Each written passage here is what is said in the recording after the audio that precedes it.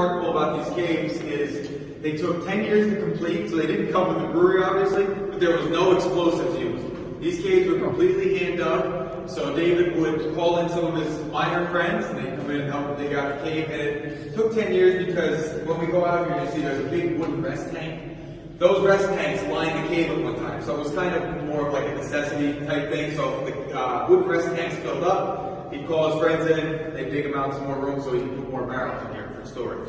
So another thing very unique to these caves are these big brick walls that you see here. Okay, and these were installed in 1920 when Prohibition was enacted. The federal government came in and bricked off our caves because they thought if they sealed the caves off, that nobody would be brewing. Obviously, I'm giving you this tour, so somebody somewhere was brewing. It's rumored that they ran lines under the sewers and into the streets. I don't know how true it is. But there's also three main reasons that Yuengling was able to stay open during Prohibition. Number one, they were allowed to brew near beer, which was just a little bit of alcohol in the beer, selected alcohol content, so that kind of helped them stay afloat. But number two, our porter was actually medicinal. So when we go over to the gift shop at the end of the bar, there's an old prescription there for our porter. And if you were a nursing mother or you were low in iron, you could get a prescription of porter from your doctor, and you'd come to the brewery and hand them your prescription, and give you your case, and you'd be good to go. And also, I just mentioned that tasting room or gift shop, that was actually a dairy at one time. So Yuengling got into the dairy business during Prohibition. They made milk, ice cream, all sorts of dairy products.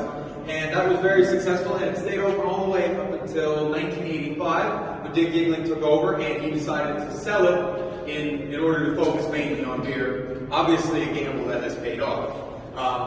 This cave here itself is 150 yards in length and 40 feet wide. Like I said, all hand dug, and it stays a constant 53 degrees down here all year round.